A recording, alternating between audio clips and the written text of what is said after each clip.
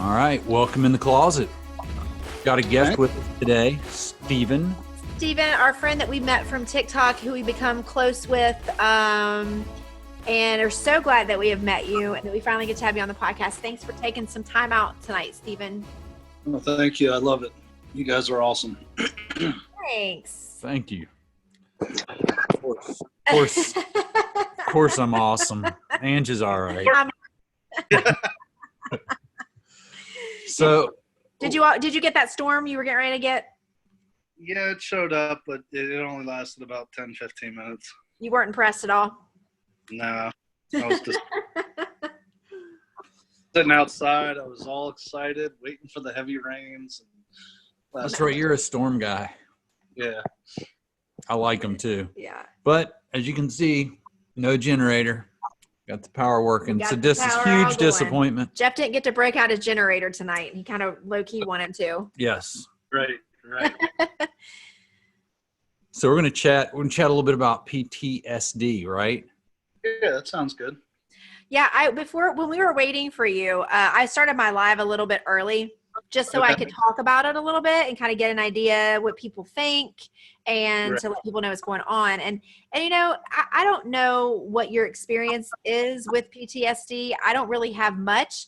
I didn't think until Jeff and I started talking, and then I'm thinking, well, maybe I do have a little bit of it, because I always thought of it as PTSD as it had to be some big, huge event. You know what I mean? It's like war, or, you know, somebody on our live said they had a car accident, was shot at, like that kind of event. Physically abused. Well, but I didn't even think that would be as much PTSD as the others. Do you know what I'm saying? It's so broad, I feel like. What do you think, Stephen? What are your thoughts on it? I think it's very broad. It doesn't have to be this. It's very much an individual thing. It's one person might have had a bad reaction, like you said, to a car accident, whereas, you know, police officers and military are suffering from it from, you know, let's say 4th of July, the fireworks are going off, and that triggers their PTSD from the gunshots and, you know, everything that they've dealt with. So I think it varies person to person, and it doesn't have to be this huge life-altering one-time experience. It could be like you said, you could be sexually molested or you know, abused, and it'd be a long-term thing that triggers, you know, something inside of you. Yeah. Certain events trigger those, and you go into some trauma, or it brings back the trauma. Maybe I could see that happen with law enforcement and EMT work. People that probably don't get enough treatment either, and they suppress it. Right. And which hurts your performance. Oh, absolutely. And that's what you're seeing right now with a lot of this stuff that's going on in the news, is that, you know, the police and the EMTs and the firefighters, there's not enough of them. And so they're seeing stuff day in and day out, and there's not enough time for them to get that break to go and get, you know, the help and to work through the stuff that they've seen before they're thrown back out there. And, you know, they're working 12, 16-hour shifts. They're, you know, doing all these, you know, crazy calls, especially now with, you know, everybody kind of up in arms with COVID and the other stuff that's going on. So yeah, they're, you know, they're just, you know, they're just getting bombarded, and there's no help for them. Yeah, I agree. It's got to be overwhelming. And then, like we were talking about on here, and someone said they think it's overly overdiagnosed, or not diagnosed, but overly used, I guess. And I didn't know. I'm a person that's big on, are you diagnosed? Because we self-diagnose ourselves. You know what I mean? We constantly are self-diagnosing depression, self-diagnosing PTSD, self-diagnosing bipolar, just things that, for me, I'm like, well, how do you get diagnosed for PTSD? Do you go to a counselor? Can your family doctor? Do you know anything about that? Yeah, I mean, you definitely go to your family doctor, who's probably going to you know, refer you to a psychologist or a psychiatrist, and then they're going to take it from there. And yes, there's a, you know, You can be diagnosed. I'm not speaking on any kind of certification level, but the doctors are gonna consult like the DSM-4, and they're gonna make um, their diagnosis based on medical background and things like that. Yes, there's a lot of people that'll just throw out there, oh, I'm suffering from PTSD, or oh, I'm bipolar, because they're up and down and they're up and down, but that doesn't necessarily mean that that's actually what's going on. It could be something. Yes. Right. There's a diagnosis for it, yes. But that being said, I can see where people would say that it's loosely diagnosed, just like people with ADD or ADHD. They're throwing medicines at these things that maybe you don't necessarily need it for, but you kind of fit a couple check marks on the box. But when it comes to PTSD, it's kind of a slippery slope too, because the stuff that triggers their reactions, like I said, with let's say a military vet can't be around fireworks on the 4th of July. Right. Right. Just like your dog is going to go and hide under the bed, that person hears those things going off, and it's extremely traumatic. It's extremely debilitating. The anxiety. The anxiety's off the roof. So some people will take cover, and just it kind of runs the gamut as to what the reaction is going to be. Yeah, somebody on here just said too that the same thing that you're saying, like the PTSD can be triggered from sounds, also smells, action. So like just a smell could maybe trigger it. It could be a word. Let's go back to what Jeff said with, being abused. I mean, it could be as simple as a certain word that you heard over and over and over again when you got abused, and then all of a sudden it could be in regular context, but you hear that, and all of a sudden the person goes from being completely functioning normal to hearing that word and having to really buckle down and figure out a way to get out of their trauma that they've just been triggered back into. I was just going to say that makes so much sense when you think about it, because it's your brain's wired in that trauma, Right. Whether it be war, whether it be abuse. And you're right, if there's something said, and it's so disturbing to think that somebody could be abused, or, I mean, for me, it's easy for me to like think, okay, if something's like you said, if it's said to you repeatedly, I never thought about a word, but it could be a pet name. It could be anything. And then you hear it at the supermarket and it sends the anxiety through you, the panic, because Right. your body's trained to, you can't help the reaction. I never thought of it that way. Yeah, I mean, let's think about somebody that's been abused, and let's say the abuser uses the pet name baby girl. Okay, you're walking through the supermarket, you say to Ange, "Hey, baby girl, can you go get me this?" That could just set something off in that person's head, like, And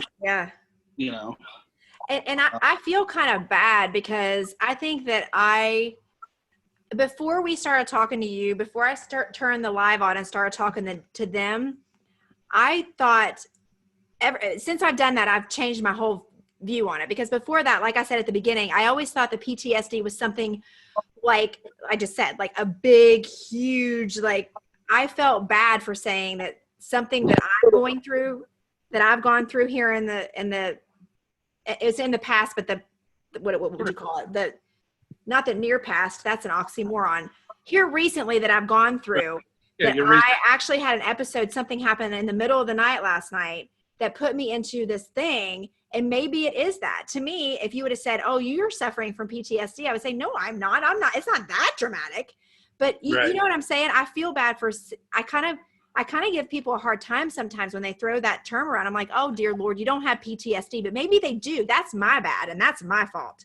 But You know? my argument though with that this morning, when she had this in the middle of the night and she had this panic and she stayed up, and she said this morning about 10, she's still struggling and she's still kind of a mess about it. And that's when I would say it's like PTSD, because, you know, it's one thing for all of us to wake up. I mean, I have from financial issues, like when you're stressing about money and you wake up in the middle of the night and you panic. But then by 9 a.m. the next morning, you're like, you got yourself together. You're like, it's okay. We're good. But like, I think when it's something traumatic that's happened to you and you have a flashback and you can't shake it and you have physical effects from it, I think that's got to be a sign of some sort of PTSD, or else it wouldn't be hanging on so tight.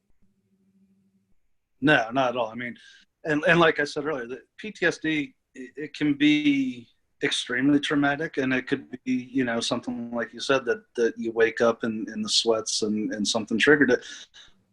And I mean, I get what you're saying, that, okay, yeah, if you're talking to somebody who's been in war, Right, and that, then okay, yes, their PTSD is a lot different than yours, but it doesn't mean that we discount your experience that triggered you, because what your experience is extremely real, and it's extremely it's something that really resonates with you in terms of something bad that's happened to you.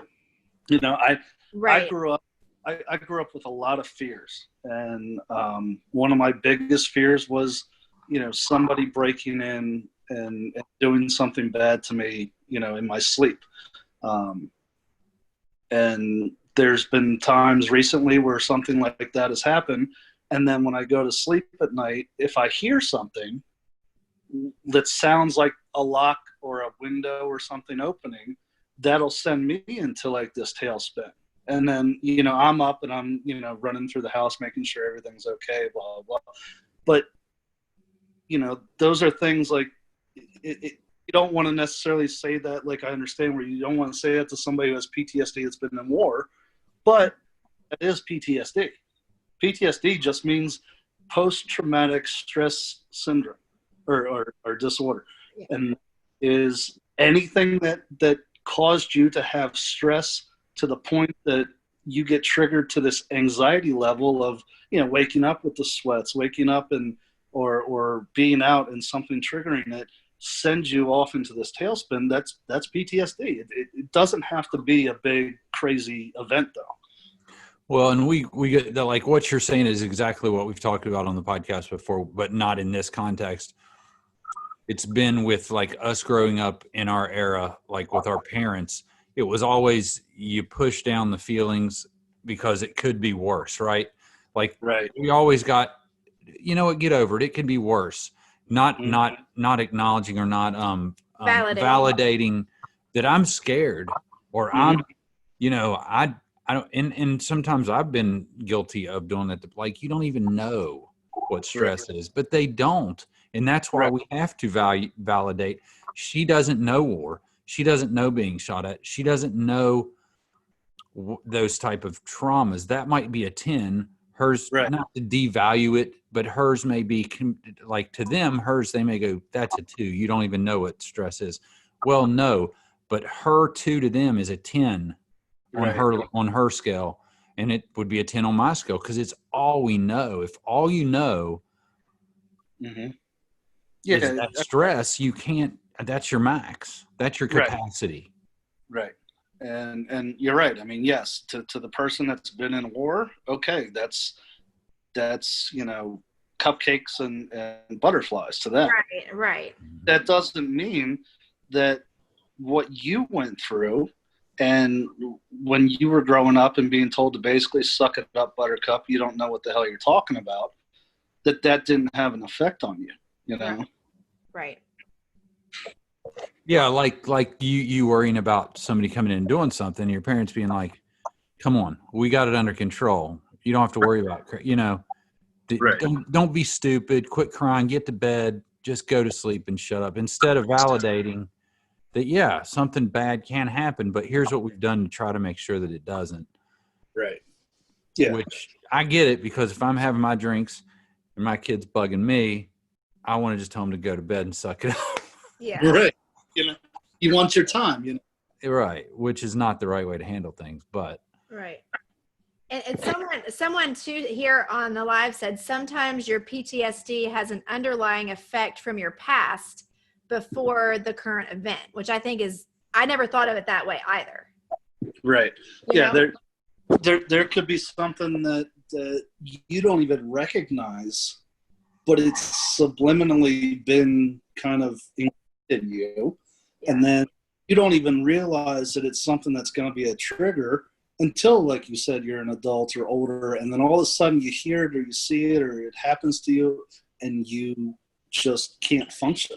I never thought of it that way. I literally, that kills me, because I'll listen to podcasts with psychologists, and Right. I listened to this one where he talked about how he had patients that literally, there's something in our minds when horrible things happen to us as children. He's had patients that literally in sessions, they pull out them being abused as a child. They Right. literally went through their entire youth with not even thinking they'd been abused, because there's something in your mind so that you can survive life and you can function. Your mind somehow can block it out, but you're still not right. You still need to exercise it. You still need to come to terms and deal with it. So he's like, he talked about this person that he had, that it came out, and she just like this revelation that, and then she could remember the person, she could remember what happened. But literally for 30 years, she didn't. If you asked her 2 weeks before, she couldn't recall the person or it happening. But Right. somehow through therapy, it came out and it helped her in the long run. Right. But that blows my mind. Like, that just brought that up in my mind, that our brains are that powerful that we can't shut out how it affects us, because it really jacked up our relationships. And it was the core. And she realized through therapy and recalling that, why she had so many problems with her marriages and with her kids. And so it was good that she discovered that, but it's amazing that it was never a part of her life until she finally came to terms with it. It's just wild. I mean, the human brain is it's fascinating, but it is extremely powerful. And you could be a kid and experiencing, trauma, but not know it because you don't know any different. And so your brain goes into self-preservation mode and is like, okay, how am I going to protect myself? And so all of a sudden the brain starts suppressing and burying all this stuff that, yeah, it's gonna affect you, and you're not gonna realize it until you're older. And there's issues that arise, and like you said, you're not even gonna realize it until you sit down with somebody who's gonna slowly start to pick away at asking the question why. Because all of a sudden, if you start asking why, then you start thinking more and more about, okay, what is actually going on here? And that digs deeper and deeper into these levels that you don't even realize about until you have that aha moment, And you may not be equipped to handle the aha moment on your own. It may, there's a lot of guilt there, I'm sure, for people who've been through things, or trying to, peel the onion back without any professional help. Mm-hmm. That's got to be a place where people can really get messed up, because I think we all blame ourselves for things that happen to us. Oh yeah. I mean, and let's look at even something, where a kid goes through their parents divorcing, it's, at the time, okay, it sucks and you think that you've dealt with it, but that could be a big trigger. That could be, a trust issue. That could be a relationship issue. That could be all sorts of problems. And you don't even think about it because you're like, all right, well, this was just my life. This is just what happened. I dealt with it. I moved on. Everything's hunky-dory. I go and see my mom on Christmas. I see my dad on Thanksgiving or whatever. And, here we are. But then all of a sudden you're looking at your relationships and you're like, well, why did I get to X spot in every single relationship and then just terminate it or run like a scared person because of all these underlying issues that you have that you don't even know about? Right. And you haven't dealt with. No, I mean, because your brain has protected you, until you've gotten to this place that now you're, like you said, you can't have that aha moment. And sometimes you need that extra, person sitting there that is a professional that can walk you through it. Because, you get that aha moment, it can get real ugly real fast. Yeah. And there's somebody saying on here about the best thing they ever did was seeking help. And I think a lot of times that, I don't know what that person's particular situation is, but I know for like a situation like maybe I have to deal with, or, me sitting here right now, I'm like, I don't need help. You know what I mean? For what happened, what I went through. Right. I feel like I don't need help. I feel like help needs to be saved for those who really, really, really like, you know what I mean? But I think it is important to like maybe get help. I think it's important. I think that I've said this before, and we haven't, but I've said this about marriages. I will tell my kids when they get married, you know what? I don't care how great you think things are. They're not going to stay great. And I'm not trying to be a pessimist. You're going to hit bumpy roads. You're going to have a reason to leave. You're going to have some crappy things happen. So why don't you go ahead and start seeing a counselor twice a month or every month or every week? I mean, and I'm more of a proponent, and I'll tell you what, 10 years ago, I would have said counselors are stupid. My mom's a psychologist. My sister's a psychologist. My sister-in-law. I'd just say, I'm not seeing no crazy psychologist, but I'm more of a proponent now of everyone should probably have somebody to talk to outside of the people around them. Well, yeah. And that's what somebody did say on here. Being wise who you open up to is a key, because wrong information can be very damaging. So if you're just opening up to like something serious like this to like a friend and they're telling you what to do, sure, share things, open up with them if you feel like you're comfortable. But as far as taking advice on what to do with what's going on with you should be saved for the professionals, not Jeff and I, not Stephen, not like, you know what I mean? Like somebody who's actually knows, we're just talking about our experiences here. That's all we're doing is talking about our experiences and what we perceive it to be, not what you should do. You know what I mean? Don't get it twisted. No, we'll listen, but I'm going to, at the end of the day, I'm going to say, hey, Stephen, you know what? That's crazy. You might want to like find somebody to talk to. Right. And you can talk to me, but you might want to find somebody to get answers from and guidance from. You guys and people come to me or going to friends and family, that's good to get it off your chest, to just kind of maybe feel a little bit refreshed. But if you've actually got things that are bugging you consistently, I'm totally with you, Jeff, that so many people, which if I tell somebody, I've got therapy on Thursday at, whatever time, I wait for that response of, well, what the hell are you in therapy for? Right. Well, just, honestly, it's just a maintenance, because I have that person that I can go to and I can tell anything. I know that I can tell them and they're not going to be able to tell anybody else. And I can work through any stress that I've got in the day. And it's really refreshing. And so I tell people all the time, I'm like, don't knock it until you've actually gone, because you don't know the stuff that you're actually exposed to and dealt with. And sometimes it just takes that person that doesn't know you, that isn't, going to judge you. And all of a sudden you can get something off your chest and you don't even think that it's a big deal until you walk out there and you're like, holy shit, the elephant's off my chest, off my shoulders. I feel 100 times lighter than I did. And it's just because you got it out there. So someone's not going to judge you. And you can't do that with friends and family. You can't say something to them because in the back of your mind, that even if they're not, that they might be judging you. They might, or it might come back up. Or Right. we all wanted, especially if we're parents or if you're married and you're in a relationship. I mean, maybe it's just me, but you tend, when you really care about somebody, it's almost not our fault that we damage the people we love, because when you really care about somebody, you take things too personally. Instead of being able to listen and be like, you want to say, gosh, I'm really screwing things up for this person. I'm not doing the things I need to do. And two, the person, if you really love somebody, it's hard to be 100% honest and say, you are screwing me up. Right. You know, Well, you are doing some things that are screwing me up. right. I mean, and there's a lot to the saying of you hurt the ones closest to you.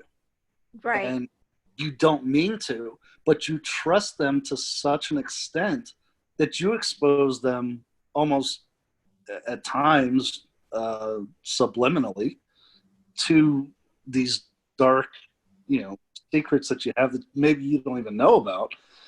But until you get to a professional, it's detrimental to your relationship because you don't even know you're doing it. Right. Wow. Yeah. I never thought of it on any of these levels. I mean, I really never did. Yeah. This is kind of opening it up. And I mean, I know I've talked to people that it's so easy now to get therapy with our phones. I mean, there's services now. I know my mom does it now. I know, but I'm sorry. I didn't mean to interrupt, but I feel very, very, very weird. Well, I'm trying to help people that can't get out. I know. No. I know you are. You know what I mean? And I get what you're saying. But I'm talking about me as a person right now. If I thought, okay, maybe I am suffering a little bit from this, let me go online and talk to somebody online. I don't feel comfortable with that.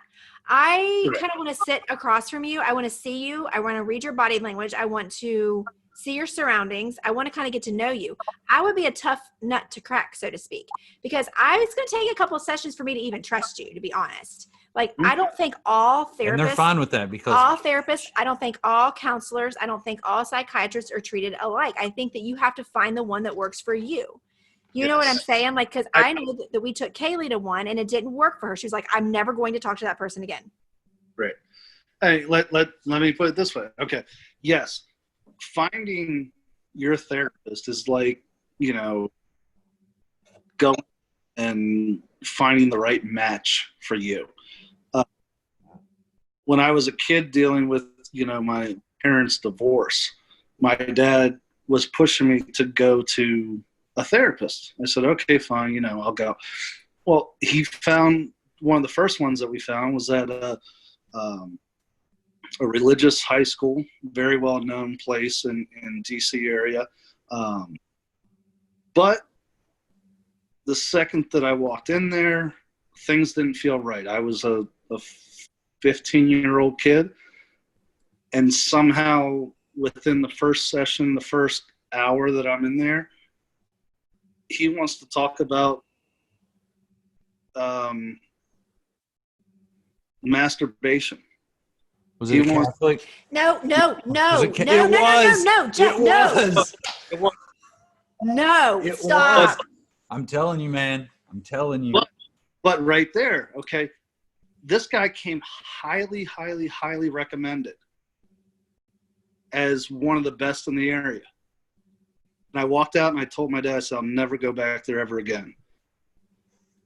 Maybe, 3-4 weeks later, I had gone to 2 or 3 other good people, and I found somebody. It was like the 3rd or 4th person I went to, and I clicked with this guy, and I could talk about anything with him. It was amazing. Yeah. But like you said, yes, there's a lot of trial and error. And so that's where people get hung up, is that they have one bad experience, like say I did, and all of a sudden you're like, therapy sucks. Therapy is a sham. These people are just out to expose you. But that's not how it is. You really got to stick with it, because you will find that person that you can connect with, and that person will help you, and that person's going to be professional. Right. Yes, just like anything else, there's bad eggs, and you just got to sort through them. Well, it's funny because I just talked to one of my clients who her daughter is bipolar, and that took them 4 doctors before they clicked. And, and they were having a lot of problems because there's the stigma with taking medicine. You know what I mean? Yeah. And that's all her first 3 doctors is. They said, you've got to take this. That's it. Yep.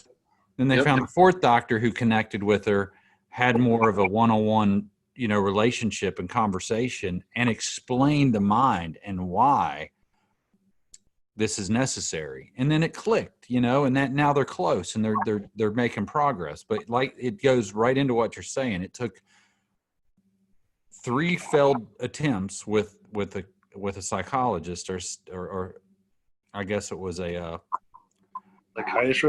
psychiatrist, and then finally they got to a 4th one, which nailed it, and they've had a good relationship for several years now, and made leaps and bounds and stayed out of trouble, and it's just been a different world. But well, here's another issue I have with it, and the event that happened in my life that I can kind of a little bit relate to this. You say you should go talk to someone, fine, but like you said, you got to find the right one. But my thing is, and like somebody just said on here, you can't treat what's happened in your life, what you've gone through, as a blanket case. My thing is, these therapists, these counselors, these psychiatrists, I know they know what they're doing. I know they're good at their jobs, most of them. But my problem lies with, you don't know me. Okay. Right. How am I going to go in there, tell you what's happened in my life, and you tell me as Angie what to do? I need you to know me. How do I react? What's my personality? What am I like? What am I turned off by? What do I react to? You're not going to know that in a session. And that's what drives me insane. Like, you're not going to fix me. They aren't going to know in a session. I know, but like, it's going to take 20, 30 a year. Maybe that's what, I don't know. Maybe. My response to that is, just like any other issue, you got to be ready yourself. You can't go in because somebody tells you to. Good point. You have to be ready to go in and talk to that person and know that you're going to open up very personal things to that person and trust that person. So yes, it's not going to be the first session. You're going to have all these, aha moments and open up these deep, dark things that you've been suppressing. It's going to take, a while for you to, just like any relationship, you and Jeff, you didn't sit there and tell Jeff, on the first date, all these things, all your fears and all your concerns in life. True. So you're not going to walk into a therapist's office and be like, all right, here's my life. No, because you are going to be guarded, but you got to, unless you have a situation like I said, where the person had so many red flags that you just sort of like, nope, going somewhere else. Right. You gotta give that person a chance to earn that trust. And that trust is going to be earned a lot quicker from the professional patient, standpoint than it is from, a relationship. Sure. But you got to be able, first you got to go in with an open mind. And second, you got to be ready to go in yourself for your reasons. You can't go in because Jeff's like, oh, you woke up and had all this anxiety. You need to talk to somebody. You have to make that decision on your own. Well, and that's the thing. That's the funny thing. That's the tricky thing with this whole conversation is, the great thing about it is it's a professional that can't talk to anybody else, that doesn't know you at all. But then the negative too is that it's someone that doesn't know you at all. Yeah. So you've got to, like anything else. I bet you psychiatrists or counselors have the same issue as personal trainers. Everybody comes in wants a quick fix, and they're not willing to stick it out for 2, 3, 5 years. You got to get to know your personal trainer. You can't just say, well, that's not how it should be done. Right. You don't know me. You don't know that I don't like to bend my knees when I do RDLs, whatever. Right. You know what I mean? Like, yeah. I think that it's the same type thing when I hear you guys talk. I'm like, okay, like you said, don't try to get a trainer if you really aren't ready to start working out. So it's kind of the same thing. It's kind of like when you're intrinsic. It's when you're intrinsically motivated to say, okay, I have a problem and I really feel like I need to go talk to somebody about it. You have to want to take the steps. Like you said a minute ago, Stephen, not Jeff saying, Angie, you're too anxious. This is too much going on. You need to go talk to somebody. Okay. So I do, but I'm not ready to do it. It won't work. You're right. That's a good point. You'll quit. Yeah. Yeah. I had a friend, just recently tell me that, she was having an anxiety attack. And, well, okay, have you talked to anybody? Do you take anything? Yeah. But there's, she had some trauma with that because her boyfriend at the time or fiance at the time kept telling her, okay, you got to go talk to somebody. You got to go talk to somebody. So finally she gave in. She goes, okay, I'm going to go, talk to somebody because I'm ready. Well, that person, after a few sessions or whatever, said, okay, we're going to try this. We're going to give you the smallest dose possible of this thing just to see if it takes the edge off. Because she was having, at that time, daily anxiety attacks. Goes home and tells her fiance, okay, I'm on X, Y, and Z, the smallest dose possible. But that person's response to her was, oh, so now you're a crazy person taking medicine. Oh, no. So that's also an uphill battle that people have to deal with when they do actually decide is who do they trust? You should trust your fiance of all people to say, okay, yeah, I'm on medicine, but it's making me better. It's making me feel more normal. But that person is now judging you because you're taking a pill to make yourself feel better. See, that's almost like, it's a big red flag. Yeah, that's crazy. That's why they're not married right now. Oh. But good for her. Good for her. That's exactly. how abusive relationships start.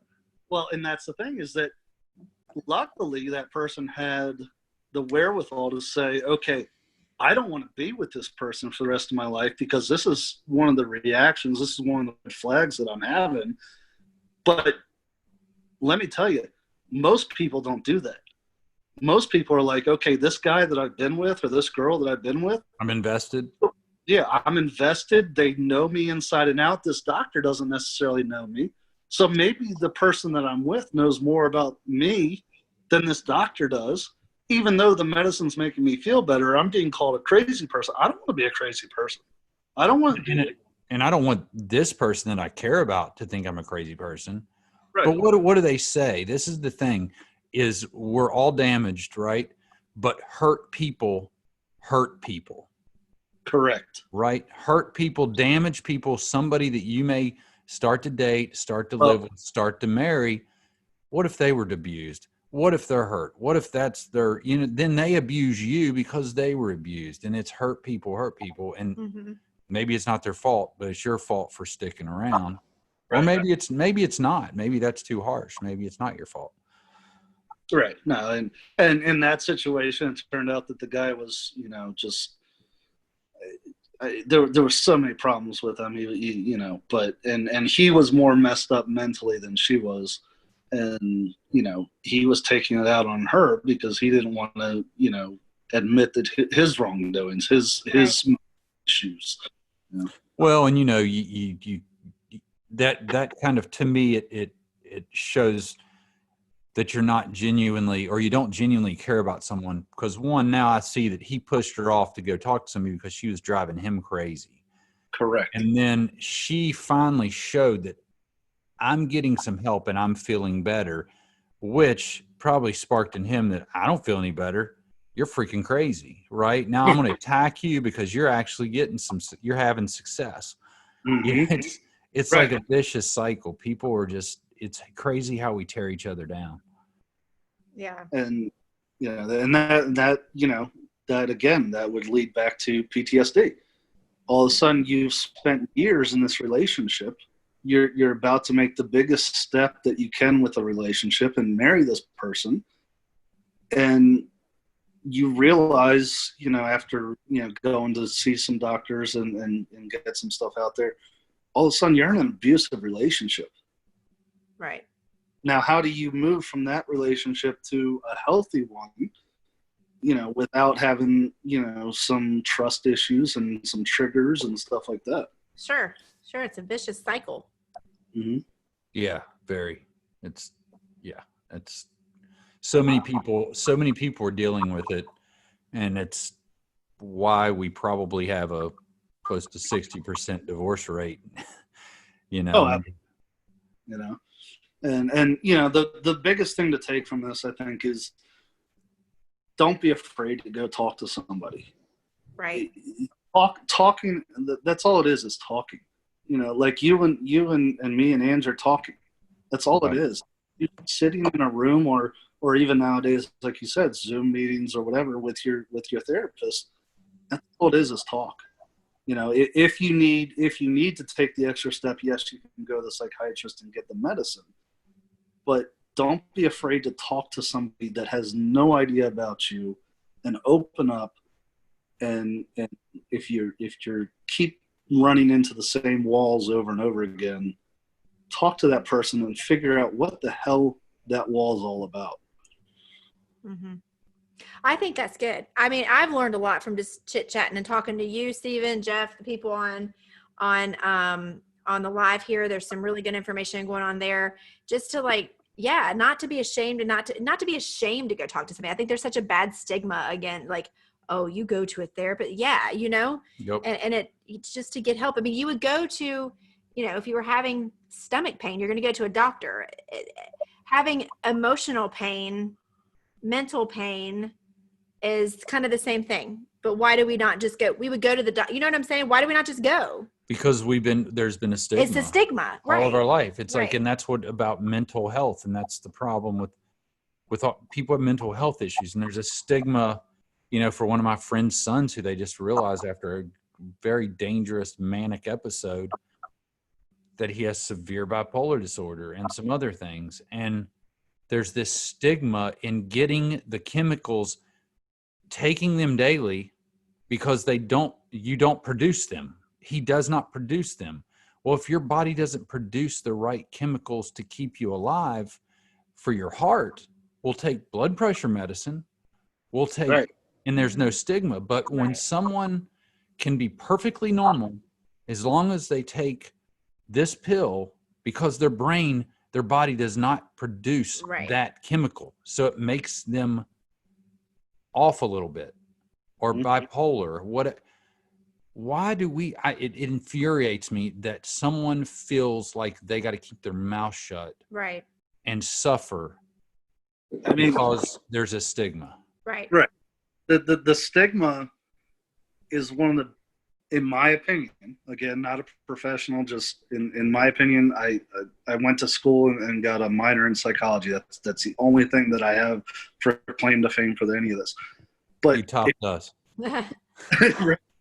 But if you want to look at the suicide rate, okay, how many of those people would have been saved had the general consensus, and I'm talking from the media down, because there's plenty of TV shows out there, kids TV shows and stuff, that will downplay therapists and make fun of them. And so you have that, like you said, you have that thing in the back of your mind. Okay, therapists are for crazy people. I don't want to be crazy. I don't want to go sit down and talk to that person. But guess what? Had you taken the chance to talk to that person, you might not have ended up where you are with those attempts, or God forbid, succeeding, you know? Right. And that's, you know, that's the really sad part, is that so many people still have that stigmatism or whatever, where you hear somebody's in therapy and their immediate reaction is to kind of be like, you know, to poke fun. Mm-hmm. And we have that instinct, though. I do. I think a lot of people do. I don't need that. I don't need, right? I'm not crazy. I don't need that. And that's not what it's about. And I'm more under the, you know, we adopted a child at 14. She was 14, came from a really bad situation. But I think about all of the people that go through divorces, and thank God that your dad had you go to counseling, because I think that's not something that's normal. I think it's normal to get divorced nowadays and act like, well, since it happens, it's not affecting you. Well, it is, because the trend continues, because nobody helps those kids develop and say, I can have a healthy relationship. I'm not saying nobody. There are those, but my point is even in our relationship where we're together and we're a solid unit, it's not perfect, but we're solid, we're together. We bring a child into a home that's already solid. We've got 3 kids. We bring an outside child in, which is totally 100% in now. You know, she's a Runyon. She's one of us. Correct. But to not, you know, looking back, you're like, should we have all been in therapy? Because it's a huge change. But you know what my thought process was at the time was, I don't need that. Right. We'll figure it out. We're tough. We're going to all be fine. We're going to get through this. We're going to do it. Well, we've had a lot of problems. There's been a lot of shakeups. There's been a lot of ugly things happen because it's a difficult transition and it's a multiple year transition that continues. And everything's pretty good now, but there's some rough moments. Would you agree? Yeah. Where it's like, maybe we should have had a professional say, well, here's what happens when you do this, when you bring, you know, when you adopt a child that's 14, you know, it's just. Well, not only that, but, and all I'll say is that, you know, I've heard, you know, some bits and pieces. But when you're adopting a 14-year-old, there's a reason you're adopting that 14-year-old. Right. There's a lot of trauma. You don't just go off the streets and pick up somebody that's in a happy, healthy family relationship and adopt a 14-year-old. You know, there's a reason that kid is looking for a family. Mm-hmm. And you and Ange and your other kids could have been perfectly fine. But yeah, introducing that, all of a sudden there's going to be backlash. That 14-year-old has seen stuff that your kids and you maybe have never experienced in your life. Right. And you're taking that on as parents, and you're exposing your other children to it. Mm-hmm. And you're doing it out of the goodness of your heart because you know that you can give that child a better life. Mm-hmm. But what is that kid seen and been exposed to that you're now exposing the rest of your family to? That, yeah, of course, you all should have been, you know, maybe just talking to somebody, you know, a professional or whatever. Not saying that, you know, you would need to do anything other than that, you know, on a you know, like you said, a monthly basis or a bi-monthly basis, something. But you're going to hit those road bumps where all of a sudden you're like, holy crap, I don't know how to handle this because I've never experienced it. And I'm trying to coach this 14-year-old through it. Or your others. Or your others. Your others that are dealing with things that they never thought that they would deal with. Right. You know, that is now in their life. So, mm-hmm.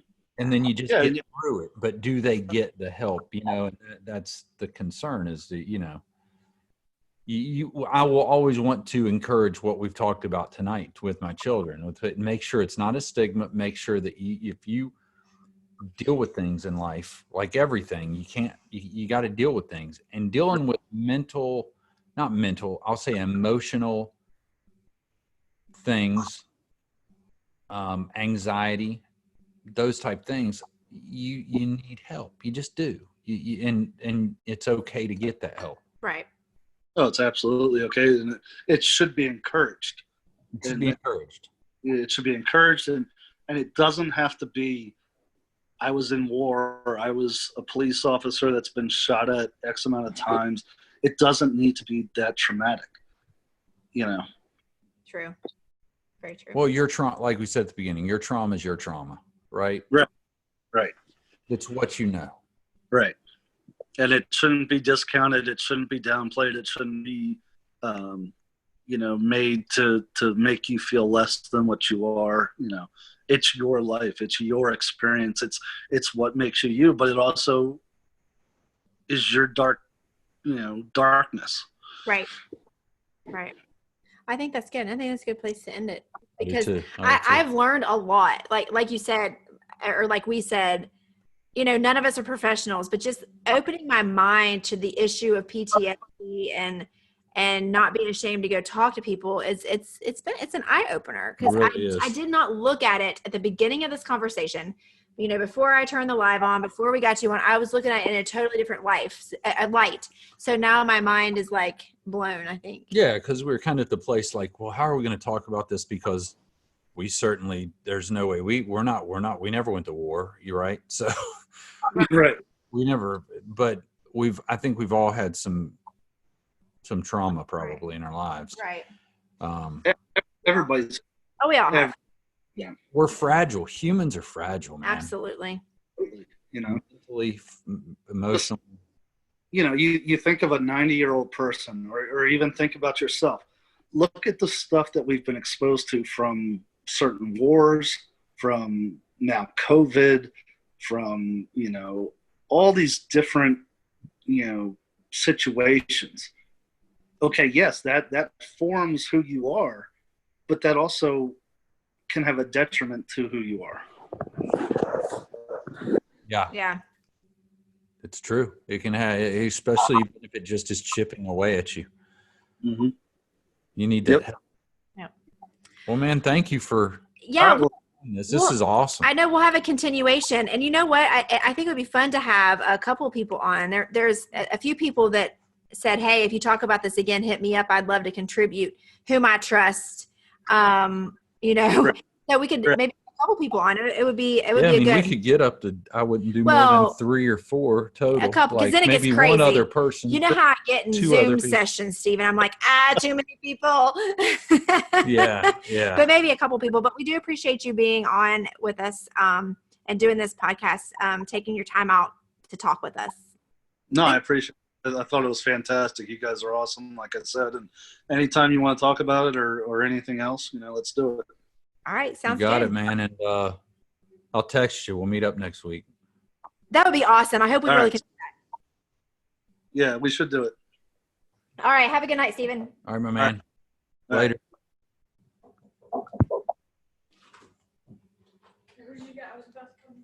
We just ended on